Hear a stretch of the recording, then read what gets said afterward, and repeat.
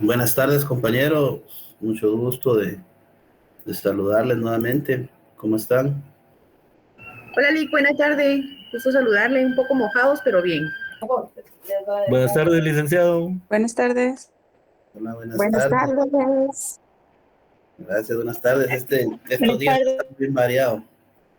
Por ratos calor, por ratos lluvia, ¿verdad? Ya no se sabe cómo va a estar el día. Buenas tardes, licenciado. Una pregunta. ¿Si va a compartir el otro documento para que nosotros podamos terminar de realizar nuestro resumen, como usted había indicado? Sí, les voy a compartir otro documento referente a lo que es la prueba. Y ahí van a Ok. poder teniendo más información. Hoy se lo voy a hacer llegar a la compañera que nos está haciendo el favor de auxiliarnos y así se los comparte ella directamente. Miren, ustedes por el medio de Classroom, ¿no les ha llegado alguna información? No, licenciado. Ya está habilitado para subir la tarea, creo yo. Ah, Es sí, lo es que yo único. les puse ahí para que suban ahí por el Classroom su tarea que está para el 16. Sí, correcto, ya está habilitado en este momento. Ah, Gracias, magnífico. licenciado. Gracias, va. Sí, hace unos minutos me llegó el mensaje. Ah, va, muy amables compañeros, les agradezco entonces. Entonces ahí van a subir su resumen, es un resumen prácticamente sencillo, ¿verdad? 10 páginas, su carátula, una introducción, para que yo pueda analizar si efectivamente están comprendiendo lo que son las garantías constitucionales en cuanto al resguardo, ¿verdad? De esos sistemas procesales y que no se violenten directamente esos hechos, ya sea en una audiencia o directamente previo a una audiencia, como habíamos hablado referente a lo de la exhibición personal, por ejemplo, o uno directamente ser garantista de esos derechos cuando se necesite ponerlos en práctica, ¿verdad? Yo creo que la mayoría ya estamos conectados, entonces vamos a dar inicio a esta clase y tratando de que podamos avanzar lo más posible. Creo que en la última clase nos habíamos quedado en lo que es los momentos en los que se puede incorporar una prueba, que habíamos visto lo que era el ofrecimiento de prueba y cómo hacer ver en cierto modo que no se violente y de que estemos atentos más que todo, ¿verdad? Cómo solicitarle a un juez que no se le dé valor probatorio, ¿verdad? A una prueba que nos va a venir a perjudicar en el proceso. Ustedes han escuchado sobre la doctrina del árbol del fruto envenenado. Sí, Lick. Sí, ¿verdad? Entonces, como bien esa doctrina de ese fruto de árbol envenenado también es conocida como la doctrina de los frutos prohibidos.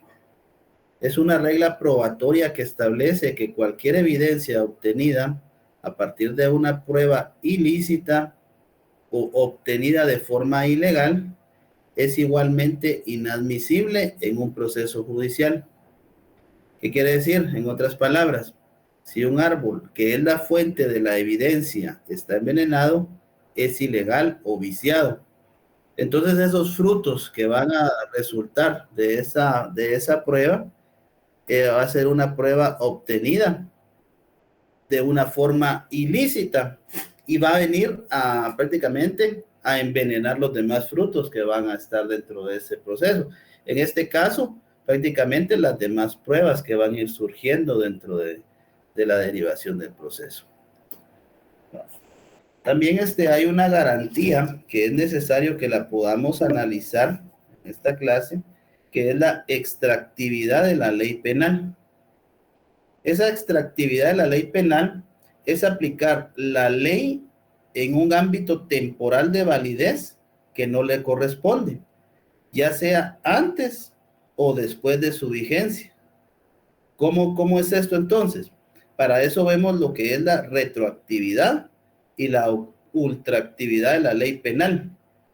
Ambas consisten directamente en aplicar la ley, ya sea de una forma atrás y de una forma a futuro o en el presente más que todo, pero va concatenada directamente con lo que establece el principio de indubio pro reo, que lo que le favorece al reo, eso es directamente lo que se le debe aplicar. ¿Alguien tiene noción directa sobre lo que es la retroactividad de la ley y cómo se aplica directamente para favorecerle al reo?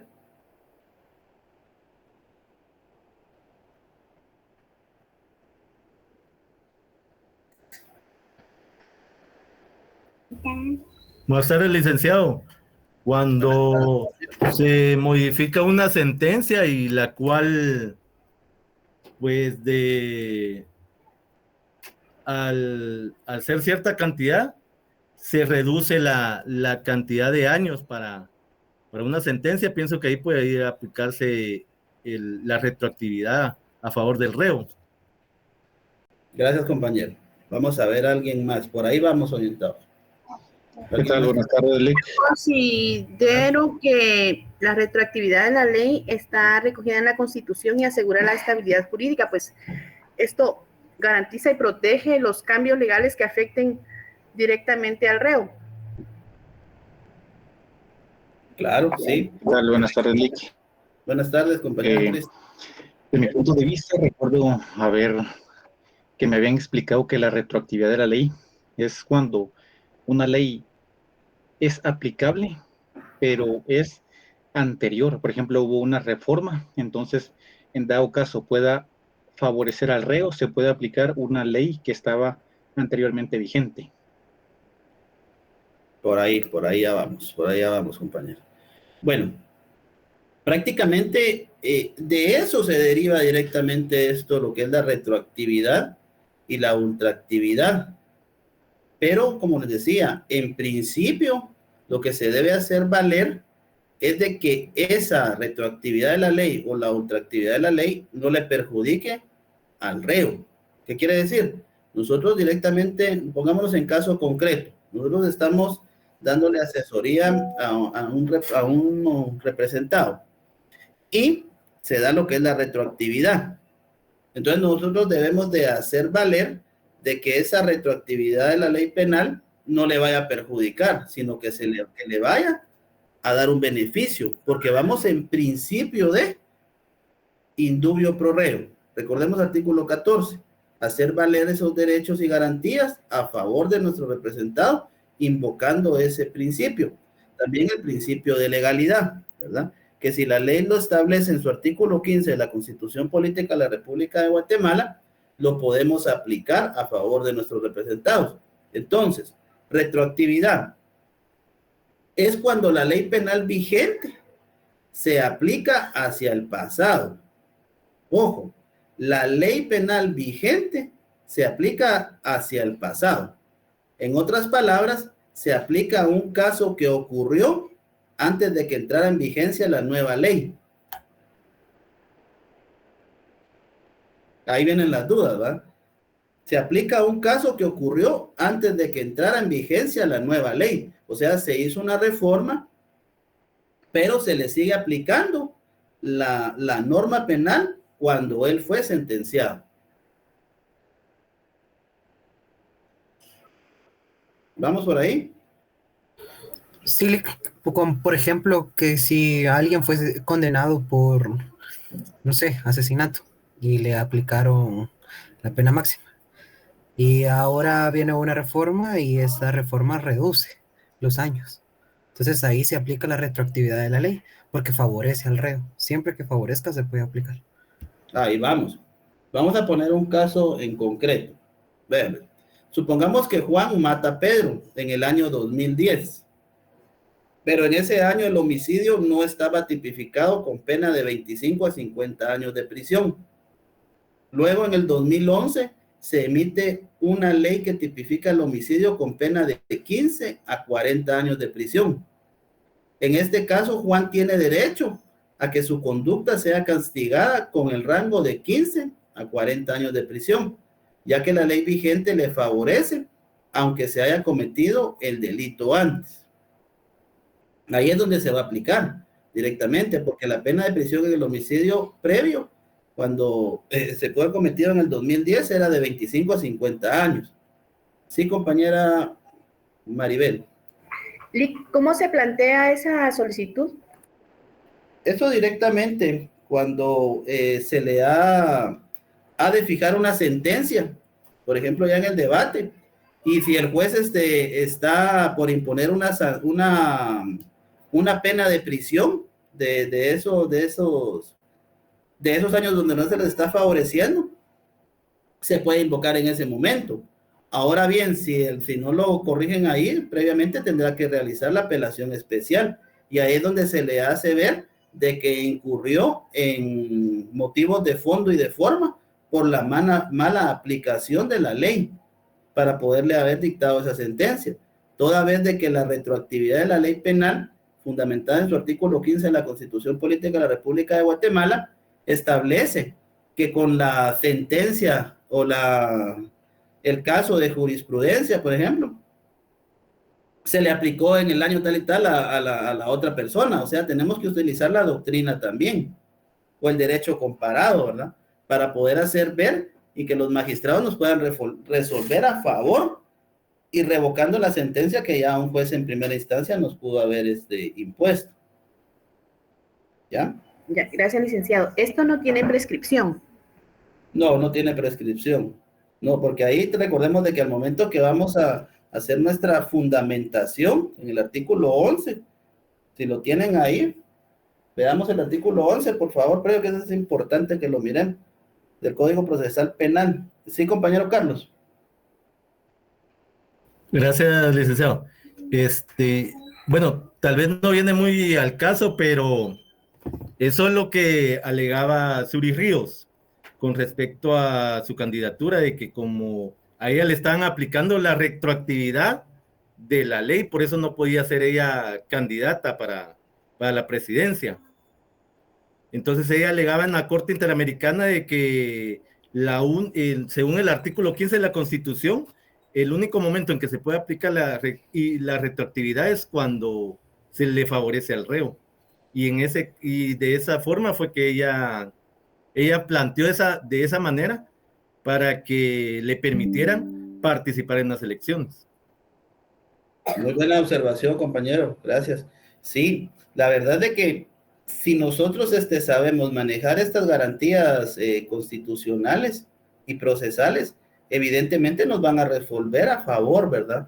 Lo que sí tenemos que tener es tener el conocimiento de que efectivamente sí le favorece a nuestros representados en el momento de hacer la legítima defensa.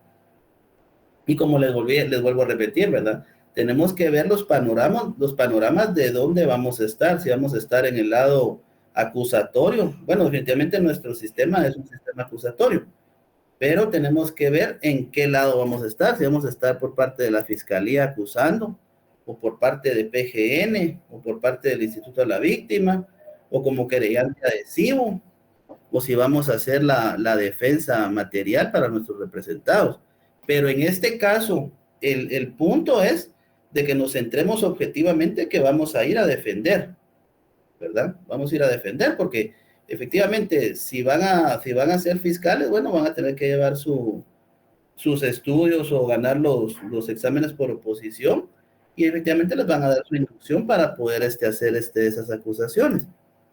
Y en el área liberal, ¿verdad? Del derecho penal, efectivamente, conforme el tiempo, ustedes van a ir haciéndose ese currículum y esa expertise para que puedan hacer ese litigio correspondiente en las salas de audiencias, ¿verdad? Porque el derecho penal definitivamente es oral, ¿verdad? Ahí no podemos decir, miren, ahí contesto la demanda después y ahí traigo mi memorial, por ejemplo, no. Acá es en audiencia que se debe hacer valer esos derechos y las garantías constitucionales procesales. Y ahí existen los métodos como tal, ¿verdad? Por ejemplo, ¿cómo me voy a oponer yo a una situación de una inconstitucionalidad o un derecho que se está violentando en audiencia? El artículo 282 del procesal penal establece la protesta, la formal protesta. Pero esa formal protesta debe ir aunada en qué son los vicios que se están cometiendo y cuál es la subsanación también. Porque no solo vamos a estar protestando y protestando porque creemos de que ahí estoy enojado, no. Todo debe ir acorde con sustento legal para que cuando se lleve a cabo el debate, o sea, estas son estrategias directamente que ustedes tienen que tener muy en cuenta. Cuando se lleve el debate oral y público, ahí se va a escuchar el audio y se va a ver directamente cuál fue ese vicio y si lo subsanaron o no, ¿ya? Entonces, ahí hacemos ver que se está violentando el debido proceso, ¿ya? Y aunque en el debate no lo hagan ver, ya dejamos asentada esa protesta y tenemos también cómo hacerlo ver en la apelación especial, ¿ya? Porque ya lo va a conocer un tribunal, ya lo van a conocer los magistrados, ¿verdad? De la sala. Entonces ellos, como son doctos en derecho directamente, tendrán un raciocinio directamente más amplio para poder sustentar lo que le estamos solicitando, ya sea por motivos de fondo, motivos de forma. Alguien que le dé lectura al artículo 11 del Código Procesal Penal, por favor. Artículo 11. Prevalencia del criterio jurisdiccional. Los sujetos procesales deben acatar las resoluciones del tribunal y solo podrán impugnarlas por los medios y en la forma establecida por la ley. Gracias. El artículo 11 bis, compañera, perdón, era 11 bis. Artículo 11 bis. Los autos y las sentencias contendrán una clara y precisa fundamentación de la decisión. Su ausencia contribuye un defecto absoluto de forma. La fundamentación expresa los motivos de hecho y de derecho en que se basare la decisión, así como la indicación del valor que se le hubiere asignado a los medios de prueba. La simple relación de los documentos del proceso o la mención de los requerimientos de las partes no reemplazarán en ningún caso a la fundamentación. Toda resolución jurisdiccional carente de fundamentación viola el derecho constitucional de defensa y la acción penal. Gracias, compañera. Va. Entonces, este artículo es bien claro, compañeros, porque acá directamente se está haciendo ver que los autos y las sentencias contendrán una clara y precisa fundamentación. ¿A qué quiere decir esto? De que los jueces, al momento que van a emitir sus resoluciones, sus sentencias, sus autos, ellos deben de expresar en qué se están fundando, con qué fundamento legal están desvaneciendo la presunción de inocencia de nuestros representados. Entonces, nosotros estratégicamente vamos a hacer algo. Cuando estemos haciendo la defensa técnica, les vamos a manifestar al señor juez que al momento que emita su resolución o su sentencia, sea de acuerdo al artículo 11 bis del Código Procesal Penal, en qué sustenta su fundamentación para emitir esa sentencia, ¿verdad? Porque directamente ahí establece también la presunción de inocencia, que debe ser establecida y se debe desvanecer de que esta persona ya no es inocente y de que por tal motivo se desvaneció y por eso se le está aplicando esa sentencia penal. ¿Estamos ahí? Sí, muchas gracias.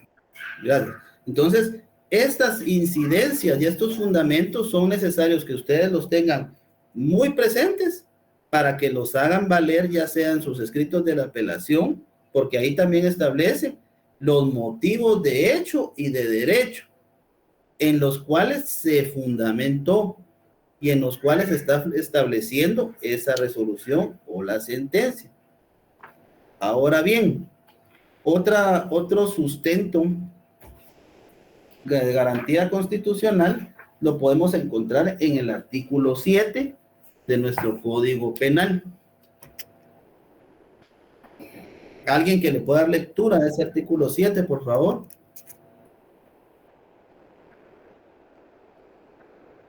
Artículo 7. Exclusión de la analogía. Por analogía, los jueces no podrán crear figuras delictivas ni aplicar sanciones. Gracias. Bueno, entonces, ¿a qué se deviene directamente este artículo exclusión de la analogía? Y de analogía existen dos clases de analogía, pero pongámonos en un caso ya concreto, porque esto directamente tenemos que ver en qué momento, vamos a decir, señor juez, señora juez, directamente el artículo 7 del Código Penal es claro que por analogía no se pueden crear figuras delictivas, ni tampoco favoritismo a una persona, porque recordemos que a veces nos va a tocar ser querellantes adhesivos, y en vez de venir a defender, vamos a acusar, ¿verdad? Nos vamos a venir a ayudar al Ministerio Público para aportar prueba para acusar a esta persona, ¿verdad? Por eso el artículo 116, 117 y 118 del Código Procesal Penal establece también en qué momentos vamos a poder solicitar que se nos nombre o que se nos dé la calidad de querellantes adhesivos. Pero el ejemplo, por ejemplo, miren, pues, viene el Ministerio Público y en su acusación manifiesta que Juan cometió el delito de encubrimiento propio. Compañera Yerlin, ¿tiene la palabra? Ah, no, esto es para unirse. Perdón. Entonces, el artículo 474 del Código Penal, ahí se encuentra tipificado el encubrimiento propio. Y hay 4 numerales en los cuales se puede dar ese encubrimiento propio. Pero viene Fiscalía y lo que se le viene es de que era encubrimiento propio. Pero todos los hechos versan a que no hay un encubrimiento propio. ¿Ya? Entonces viene el juez y como hay jueces de que directamente lo que quieren es salir rápido de la situación de la audiencia y no se ponen objetivamente y no son imparciales a poder establecer si sí se tipifica en tiempo, modo y lugar los hechos que se le han imputado al imputado y lo liga a proceso por un encubrimiento propio. Entonces ahí es donde nosotros directamente tenemos que solicitar y levantarle la mano y decirle, señor juez, necesito que se me dé la palabra. Y poder nosotros rectificar de que los hechos en tiempo, modo y lugar no se encuadran en ese tipo penal. ¿Ya? Por ejemplo, el artículo 409 establece lo que es una resistencia. Y hay personas que a veces se resisten directamente a ser detenidos. Y tal vez quieren ayudar a otra persona que también lo están deteniendo y dicen que por eso, de que él está influyendo a que no se lleve la detención, es un encubrimiento propio porque lo quiere encubrir de que él no estaba haciendo esa acción y de que él está ayudando para poder ocultar alguna investigación. Pero aparte es de que vengan y que nos resistamos a que nos lleven detenidos porque todo apunta a que somos inocentes y lo que estuvimos en un momento y lugar no adecuado, no indicado. Entonces le decimos, señor juez, la norma penal que me encuadra dentro de este tipo es una resistencia. porque la persona directamente nunca estuvo en una residencia, en una morada, como lo establece el encubrimiento propio. Aquí hay una resistencia, porque él al momento de la aprehensión puso resistencia. Y recordemos que el artículo 7 establece lo que es la exclusión por analogía, que no se podrán crear figuras delictivas y tampoco se debe dar un favoritismo a los reos, ¿verdad? A las personas imputadas en un proceso penal. Entonces ahí ya le cambiamos prácticamente su acusación al Ministerio Público. Una, porque la resistencia tiene una pena mucho más baja que un encubrimiento propio.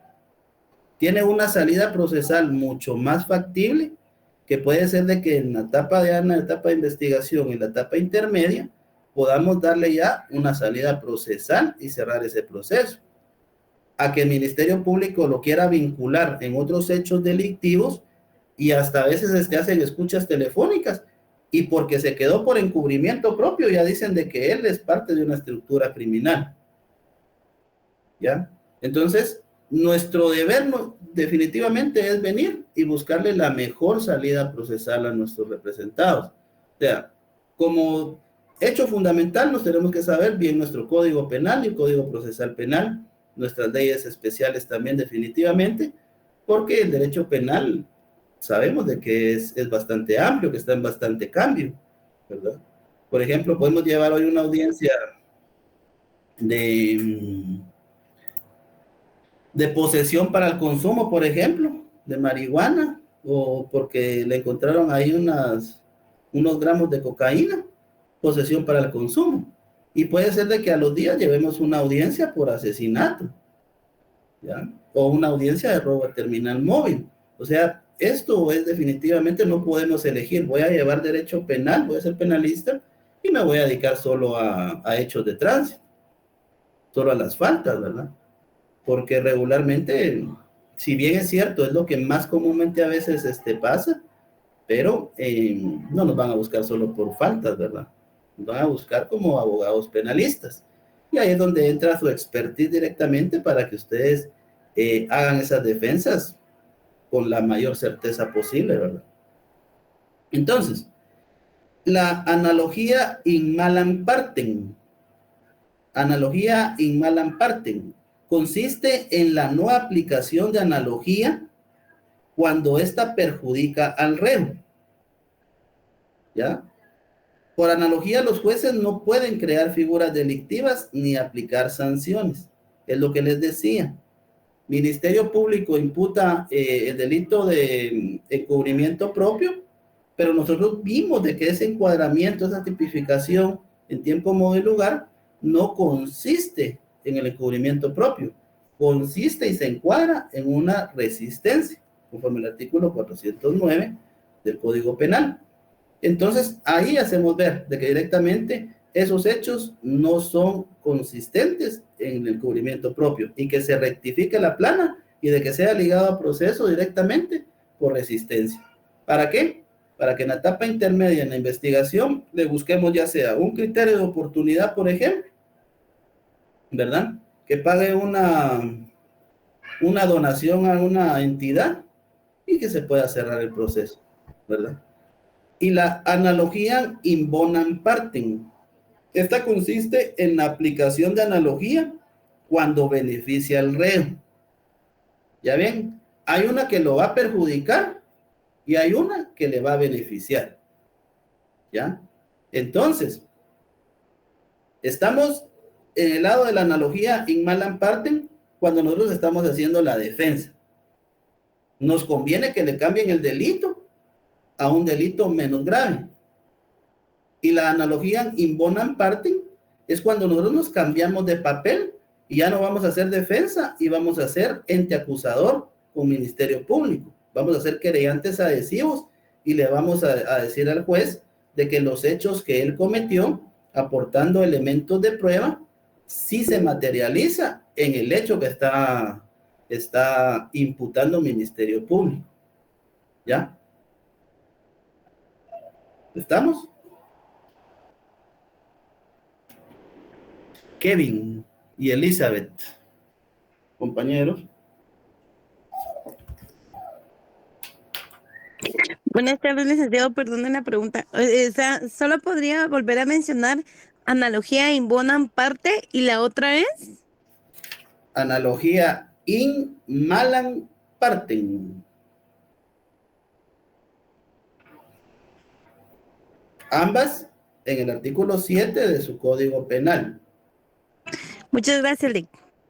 Gracias. Ahí recordemos de que estas son teorías doctrinarias que ya directamente son aplicables al momento que estamos ya realizando esa defensa material. Porque en el artículo 7 solo dice exclusión de la analogía y solo hace referencia de que los jueces no podrán crear figuras delictivas, pero se ve directamente a que es el juez el de que tiene el favoritismo o de que es el juez el de que no aplica correctamente la ley. Pero recordemos que objetivamente el Ministerio Público es quien hace la imputación. El juez directamente lo que va a hacer en su sano juicio, a través de la sana crítica razonada de su experiencia, y va a determinar y va a decir, bueno, sí es posible de que haya cometido ese delito, porque a través del elemento de convicción que presentó la Fiscalía, concatena que sí pudo haber estado en ese momento y que sí pudo haberle dado muerte a esa persona. ¿Por qué? Porque Fiscalía presentó un arma de fuego debidamente embalada con la que presuntamente le dio muerte a esta otra persona. Entonces, también no nos podemos venir y saltar las cosas de que efectivamente nos está poniendo a la vista Fiscalía. Por ejemplo, un arma de fuego, que al momento de hacer la inspección se encontraron 2 casquillos de arma de fuego de calibre ignorado, debidamente embalados, y de que en la prevención policial manifiestan de que al momento de que llegaron los bomberos pudieron observar que tenía 2 entradas de perforación de arma de fuego. Entonces, ahí ya se da una duda razonable. Y esa duda razonable es el nexo causal para que el juez pueda determinar de que esta persona sí pudo haber cometido el delito, ¿verdad? Por eso es de que se le llama elementos de convicción en una primera declaración, porque esa convicción que se le está dando al juez y esa parte de introducción para que él entienda cómo pudo haber pasado estos hechos y deduzca que esta persona sí cometió el hecho delictivo, ¿verdad? Y después, cuando el sujeto es ligado a proceso penal a través del auto de procesamiento, se da la etapa de la investigación.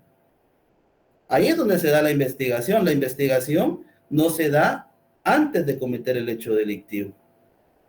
¿Por qué? Porque hay una fase directamente que se le llama el iter criminis. ¿Han escuchado qué es el iter criminis? Estaba en camino de un delito, licenciado. Buenas noches. Buenas noches, Vinicio, gracias. Vean, compañeros. El iter criminis en latín significa el camino del delito. Son las fases del delito. Y estas van desde lo subjetivo, que es lo interno, cuando el sujeto tiene la comisión del delito aún en su mente, hasta lo objetivo, que es lo externo, cuando el sujeto realiza en todo o en parte lo que había pensado. ¿Ya? O sea, de que pensar en nuestra mente y decir, quiero ir a matar a alguien, ahí todavía no es delito, porque no se ha materializado, ¿verdad? La situación es cuando ya el sujeto viene y lo materializa.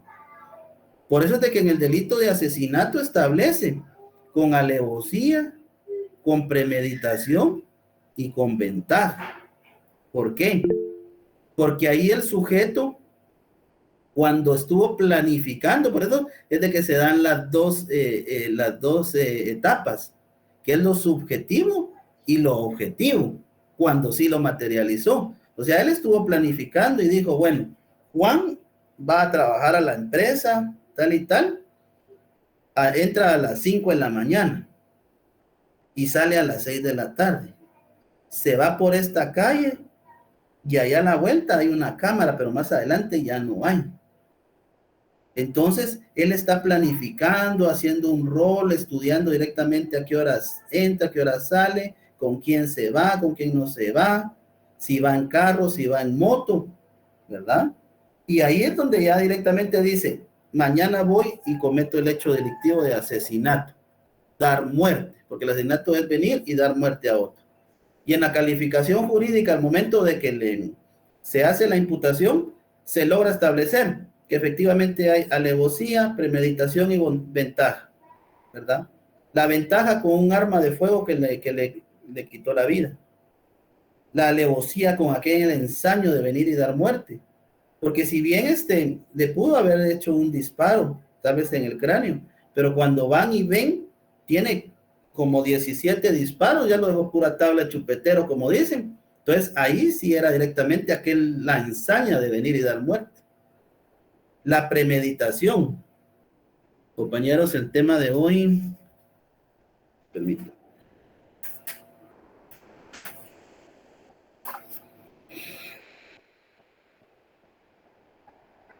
Vamos a poner en el tema de hoy objeto de la prueba. Pues sí. Entonces, esos hechos calificativos son los que el juez va a venir y valorar. Así es, compañera Jacqueline, objeto de la prueba. Va a venir y valorar y va a determinar si esta persona sí cometió ese hecho punible, ¿verdad? Entonces, algunos dirán, Lick, pero ¿cómo puedo yo venir y refutar esa acusación que hace el Ministerio Público de que mi cliente le dio muerte a otro? ¿Y si él fue? Ahí es donde nos ponemos a veces a pensar y la mente ya se nos queda ahí sí que como enfrascada y como que cerramos los ojos y nos quedamos en oscuras. Y si nos pasa eso enfrente ya del juez cuando es la audiencia, mejor que entre solo a la audiencia, como dicen, ¿va? Porque en vez de ayudarlo, vamos a ir a perjudicarlo, ¿verdad? Entonces, tenemos que ponernos en el momento. ¿Cómo fue? ¿Por qué fue? O sea, ¿cómo, dónde, cuándo y por qué, va? Buscar todas esas situaciones que lo motivó a venir y darle muerte a otra persona. En la primera noticia criminal, cuando estamos a veces en nuestra sala de la casa, ponemos la tele y cabal está el noticiero y vemos hecho armado en tal y tal lugar y aprendieron al sicario. En teoría eso no debería de suceder así, porque existen también factores que la ley nos permite actuar de una manera en teoría indebida, pero la ley nos da esa facultad. Por ejemplo, la legítima defensa putativa o la legítima defensa privilegiada en resguardo de nuestra vida o de nuestros familiares, ¿verdad? El arma de fuego directamente hay una tenencia, hay una aportación de arma de fuego. No es de que se cargue el arma de fuego solo buscando a quién voy y le doy un disparo. Es una forma de poder repeler una acción violenta, ¿verdad? Esa es la función directamente. No venir y andar buscando en la calle con quién me peleo y a quién le disparo. Porque directamente las repercusiones, las acciones tienen una repercusión legal, ¿verdad? Entonces, pero si se da el momento y bueno, yo voy en mi vehículo y llego al semáforo y efectivamente porto arma de fuego con mi debida licencia y mi tenencia. Cuando veo se me están acercando dos personas que vienen con armas también en la mano de fuego y me intimidan para que yo les dé mis pertenencias. Pero como yo ando armado, vengo y no les doy tiempo y le disparo y le acerto a uno un disparo en el pecho y muere. es distinta la posición, ¿verdad?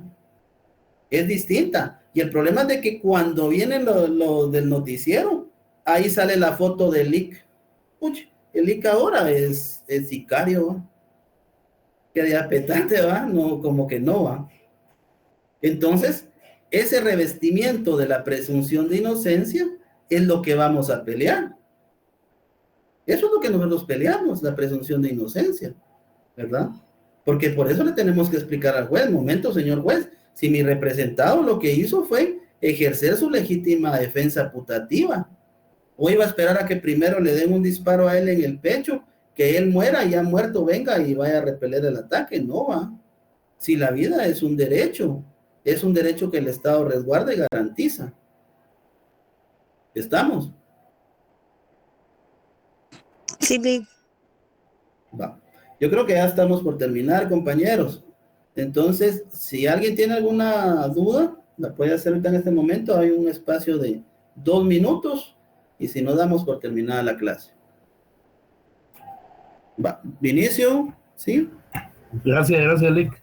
Disculpe, licenciado, únicamente nada más relacionado ahí al trabajo. Ahí dice el resumen y todo, ¿es lo de visto en clase o dejará usted algún material, licenciado? Disculpe. Yo les voy a compartir hoy otro material, se los va a hacer llegar a su compañera que nos está colaborando para poder dar la clase. Entonces, a través de ese otro material, ustedes se pueden apoyar y objetivamente las clases, como ustedes pueden ver, hemos hablado mucho de lo que son las garantías constitucionales en cuanto al derecho de defensa, a la presunción de inocencia, al debido proceso, a la retroactividad, ultraactividad de la ley penal. Todos esos principios que hemos venido hablando y que ustedes se les haya ido quedando ahí en su disco duro en la mente, lo van a ir haciendo ver en ese resumen, ¿verdad? Lo que sí les pido es de que no se lo vayan a estar ahí pasando en copia y copia, ¿verdad? Porque es algo sencillo, no es algo exageradamente que tengan que hacer, que pasárselo ahí, ¿verdad? Brandon. Gracias, licenciado. Buenas noches. Yo solamente tengo una inquietud con lo que usted estaba platicando sobre lo último, ¿verdad? Sobre las pruebas. Yo recuerdo que no estoy mal, también no se podían publicar, digamos, como fotografías del caso, así como del que usted estaba mencionando, pero la verdad es que ya no recuerdo muy bien, entonces no sé solamente si me pudiera aclarar esa parte, licenciado. Claro, compañeros. Lo que pasa es de que, mire, pues a veces se confunde lo que es un principio de publicidad y a lo que es venir y hacerle una mala práctica, ¿verdad? Porque la reputación y la honorabilidad es algo que se debe de resguardar. En el artículo 14 de la Constitución establece lo que es la presunción de inocencia y también establece los actos y los hechos que son públicos, pero son públicos directamente para uno que está personado en el proceso, porque uno solicita y le deben entregar esas actuaciones procesales. Aparte es lo que establece el artículo 32, si no estoy mal, de la Constitución, que es la publicidad, ¿verdad? Y de que los órganos también, por ejemplo, los periodistas tienen la facultad de venir y hacer su investigación y poder hacer la noticia criminal, pero siempre y cuando no violentando la presunción de inocencia. Pero dentro de esa noticia criminal lo que pasa es de que van y cuando lo llevan aprendido, ¡pum!, la foto, ¿va? Y aunque la persona no haya cometido esos hechos, ya queda dentro de una población, dentro de la sociedad, como que él es una persona de malas acciones, ¿verdad? Que, por ejemplo, que es sicario, que es ladrón, o que es extorsionista, ¿verdad?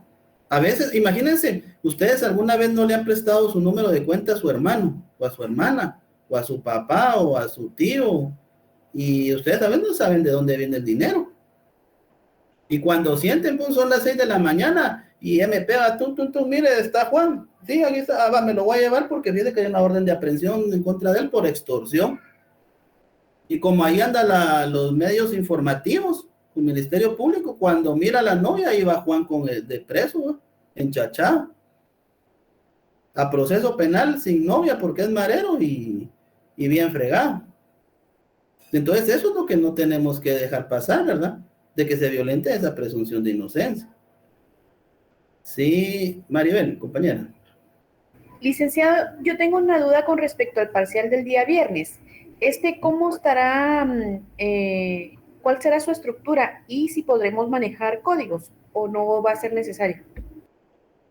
Vean, como ustedes han podido observar, esta clase se han dado muchos fundamentos legales. Y al momento que iniciamos las clases, les dije que tenían que tener código procesal penal, su código penal, su constitución política de la República de Guatemala y el Pacto de San José. Por mí no hay ningún inconveniente que lleven y utilicen sus códigos, porque para eso es de que van a servirles sus códigos, ¿verdad? No es para que estén guardados, es para que busquen sus sustentos legales y los puedan aplicar, ¿verdad? La situación es de que sí sepan dónde van a estar sus sustentos legales, porque si no, por gusto es como que llevemos ahí algo y no lo vamos a utilizar, ¿verdad? Sí, los pueden utilizar. El examen es práctico, compañeros, no es algo más allá del otro mundo. Son preguntas sencillas que se han visto en clase, ¿verdad? 2 o 3 definiciones prácticas que no creo que vayan a tener complicación en poder desarrollarlas, ¿verdad? Y no es un examen exageradamente grande, ¿verdad? Es un examen práctico más que todo. Gracias, licenciado. Bueno. Sí, Vinicio. Se me activó ahí la manita, disculpe. Bueno, compañeros, entonces ha llegado el final de esta clase. Espero que nos miremos mañana nuevamente por este mismo canal, a la misma hora, y podamos ir terminando ahí los temas. En un rato yo les comparto el material con su compañera para que se los haga llegar, y con eso prácticamente tienen para hacer su resumen. Muchas gracias, licenciado. Gracias, licenciado. Gracias, licenciado. Feliz noche. Feliz noche, compañeros. Feliz noche, licenciado. Gracias. Descanse. Gracias, igual, compañeros.